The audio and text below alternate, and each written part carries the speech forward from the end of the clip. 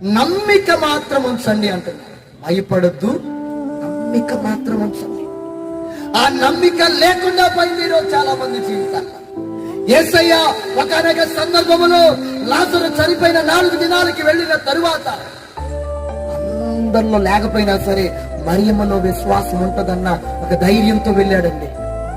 ఆ మరియమ్మ అంటుంది, అయ్యా నువ్వు వచ్చి ఉంటే అయ్యా నా యొక్క సహోదరుడు బ్రతికేవాడు. మిగతా ఎవరిని బట్టి కూడా యేసయ్య బాధపడలేదండి. అక్కడ రాయబడింది, యేసయ్య కన్నీళ్లు విడిచాడు. ఎవరిని బట్టో తెలుసా? విశ్వాసం ఉంటది అనుకున్న ఆ వ్యక్తిలోనే విశ్వాసం లేకుండా పోయింది.